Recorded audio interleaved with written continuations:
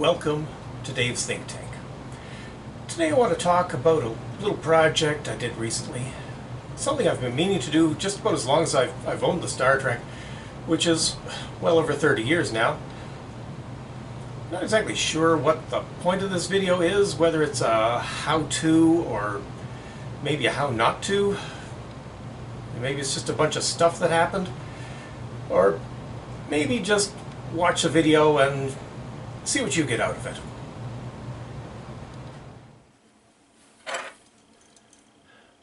These two perfectly mismatched pieces have been the core elements of the Star Trek's left and right slingshots for, as I said earlier, over 30 years now. They've never given me any problem, and I usually don't even notice them, hidden as they are under the playfield plastics. But whenever I do notice them, I am struck by how incredibly ugly they are, each in its own unpleasant way. This all-metal arm, I've figured out, is meant to be used in a Gottlieb. The other looks like a Bally, but with a plastic replacement head salvaged from a fire and held in place with a comically oversized roll pin.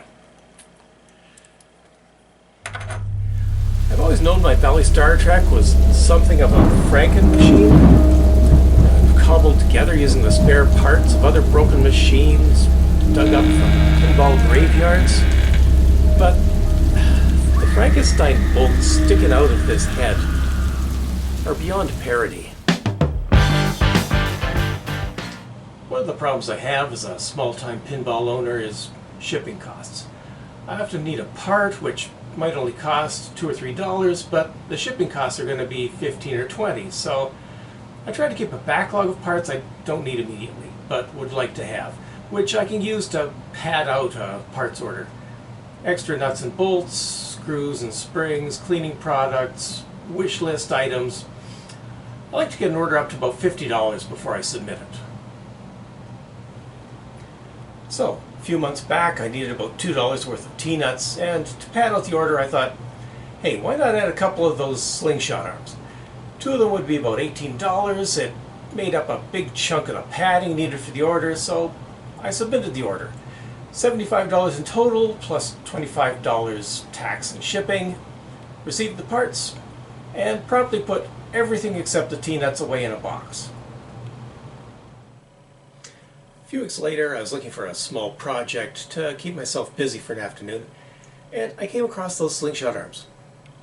Should only take an hour or so to replace them, but I could easily stretch that out to an afternoon with a couple of beer breaks. So I got to work pulling out the old parts, and when I went to replace them, I found that the new arms did not include the mounting pivots. And the pivot on the two old ones didn't detach. They seemed to be welded on or something. So I had to put the old parts back in the machine and order replacement pivots. These are only going to be about $12 for the pair, except I had to pad the order again. I would have gone with my Canadian supplier, and I had a nice $50 order ready to go, except they didn't have one 20-cent part that I actually needed. So I went to the States, where my order included the same $50 of padding as the Canadian order, plus a $2 package of those 20-cent parts, plus a $25 luxury item I'd been eyeing for a while. It came to about $87 in total, plus $34 shipping instead of $17 from the Canadian supplier, plus $36 import duty, and this was before Trump's tariffs. That's $53 extra because I needed a 20-cent part.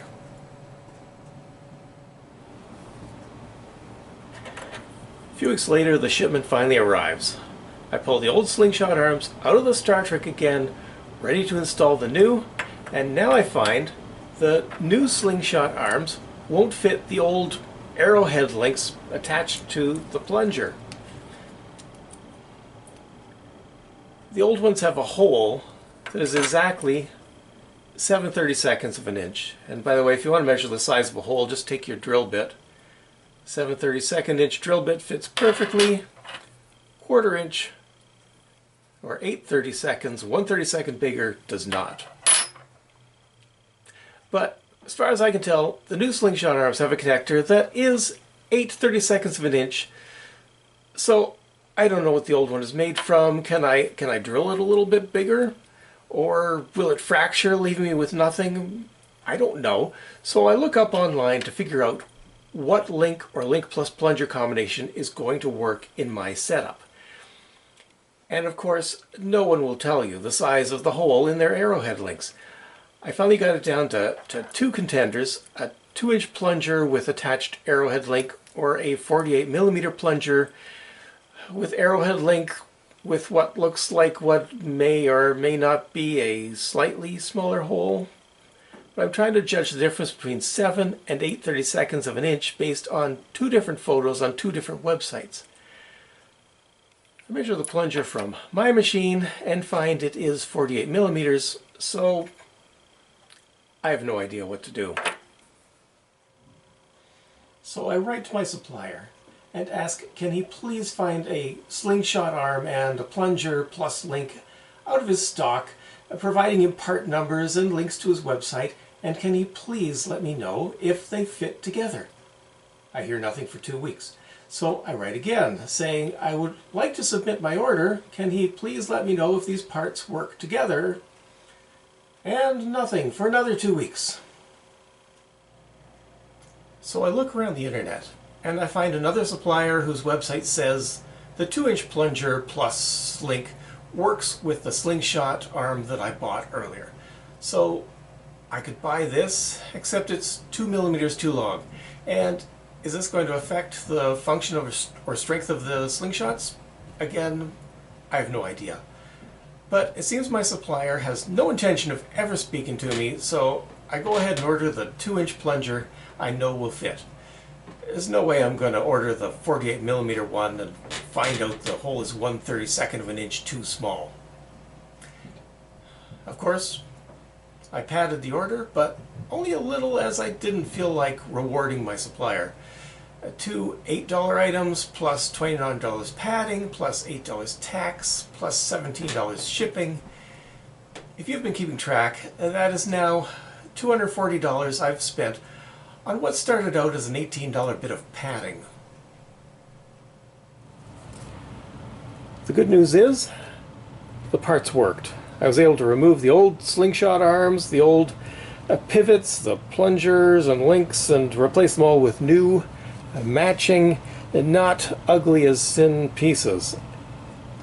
And in my assessment, the additional 2mm plunger length may make the Slingshots slightly weaker, but not enough that it matters. So, that's all for today. Let's play a game.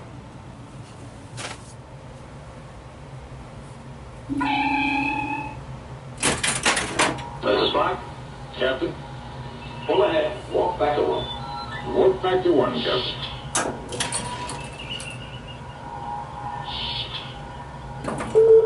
Arm photon torpedoes.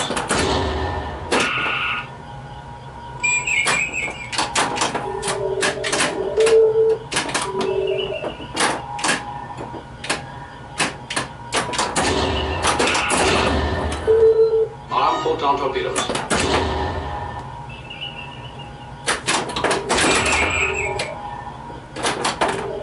Photon torpedoes.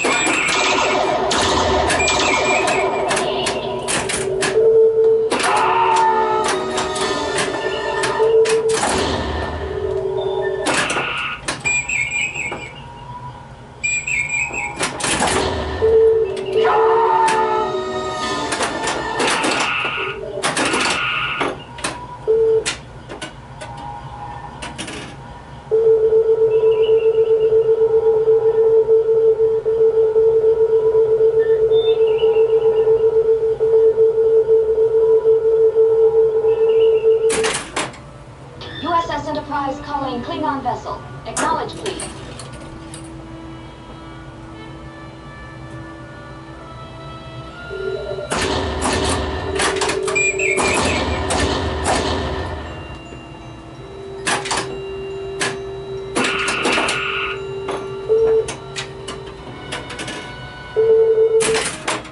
Base is on stun.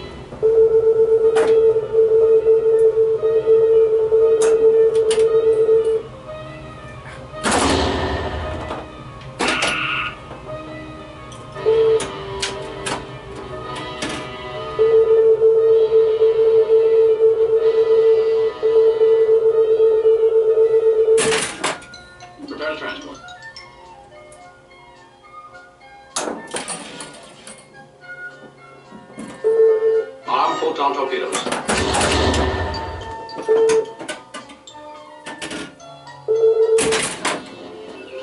Try again.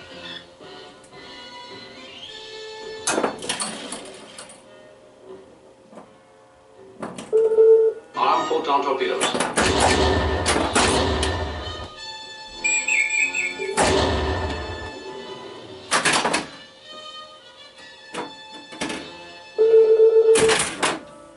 USS Enterprise calling Klingon vessel. Acknowledge, please.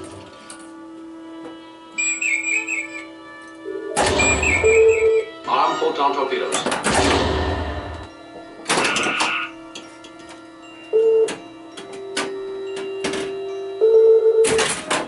Base is on stun.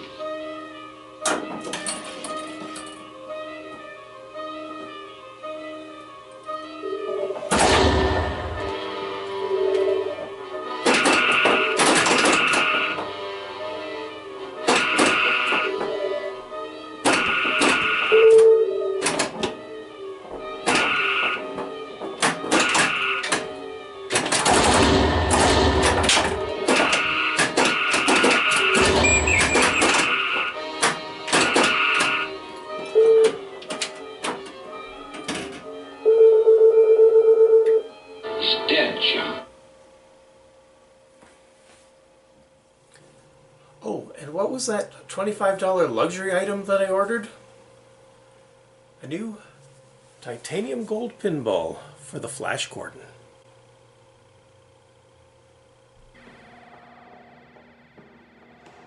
Hold, lizard man.